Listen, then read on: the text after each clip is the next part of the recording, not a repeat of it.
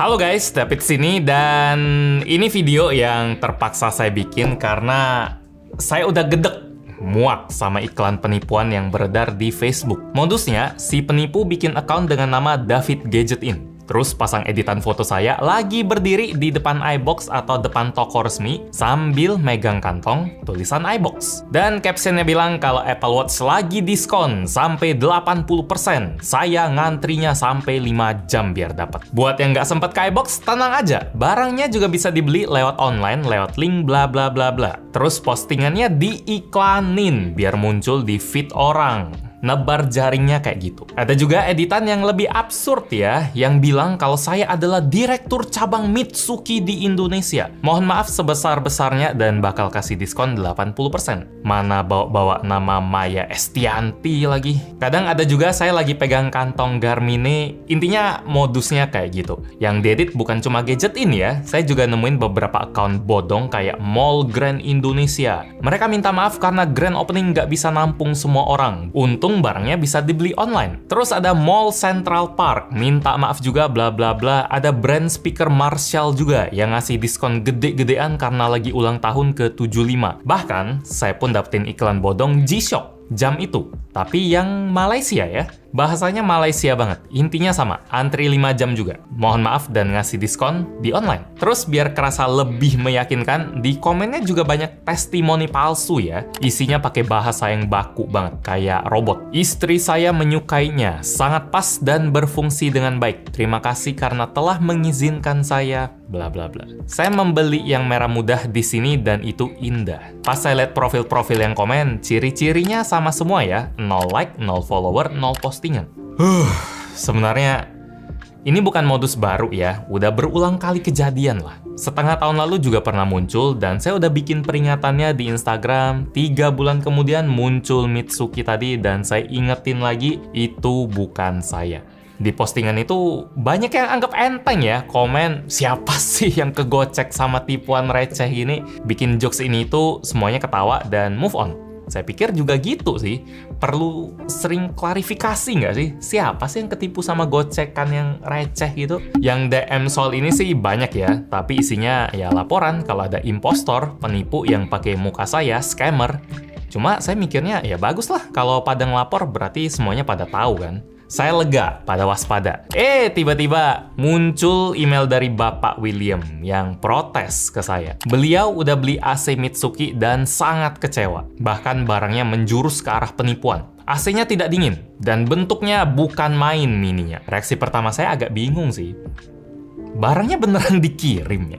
Kok bisa? Biasanya kan yang nipu itu cuma minta transferan terus ngilang. Yang Mitsuki ini beneran ada barangnya, walaupun isinya sampah ya. Iklan bilang bisa gantiin AC konvensional, taunya malah dikirim AC ASEAN. Terus reaksi kedua saya pas baca itu, ini lebih parah sih. Kalau penipunya hilang setelah dapat duit, korbannya pasti nyadar kan kalau dia udah ditipu. Kalau ini korban dapat sampah, nggak sadar udah ditipu, dan saya yang disalahin. Karena di pikiran beliau kan, saya yang endorse, atau saya yang jual barangnya. Terus saya yang kirim barangnya. Barangnya beneran ada kok. Muka udah dipakai nipu, reputasi juga kena.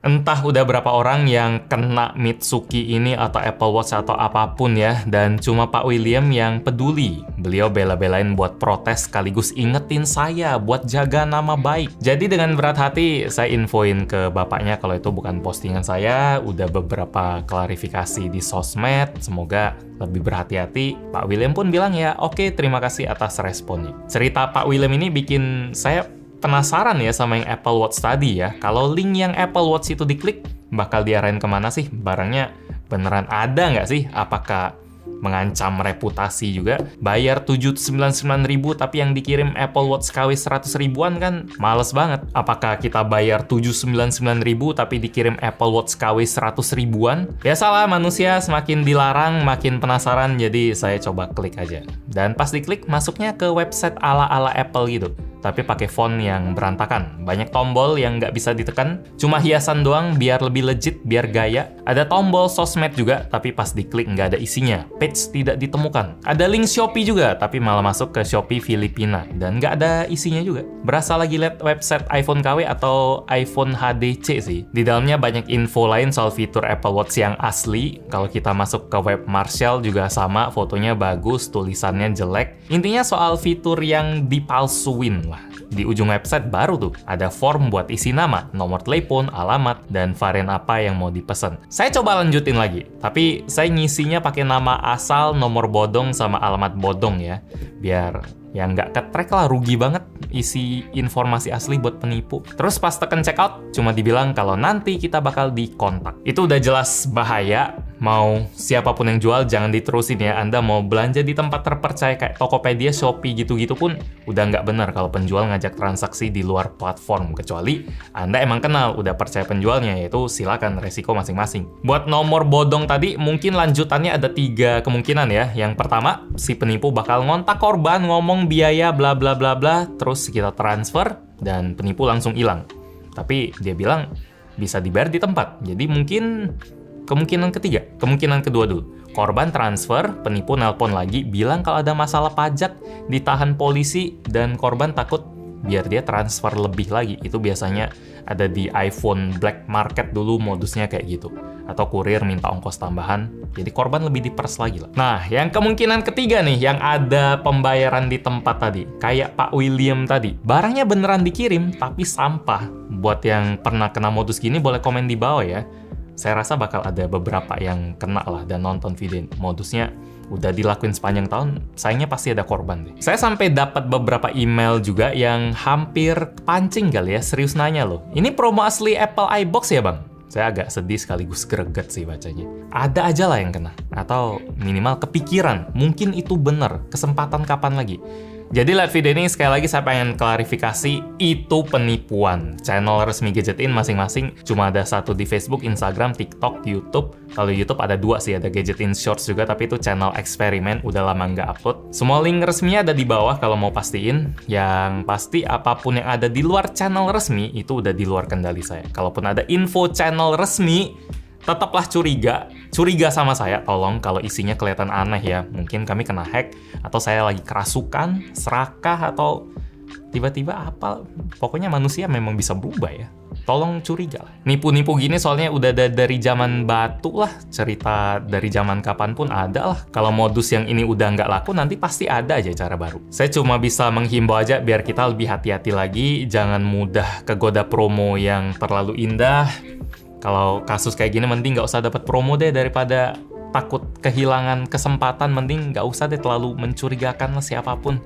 Saya juga ngarep sama Facebook, tolong lebih ketat lah, filternya lebih bagus lah. Kalian perusahaan Metaverse. Ada apa? Glass, apa itu namanya? Lupa. Kacamata Orion lah, canggih banget. Tapi penipu-penipu gitu minimal rapetin banget lah. Kalau lolos mungkin kalau orang lapor terus hilang ya oke lah. Tapi ini udah kebanyakan sih rasanya. Males banget kan kalau ada brand yang beneran legit mau promo, tapi orang udah males kayak ya nipu lah, iklan di Facebook. Kan nggak enak. Gitu aja sih.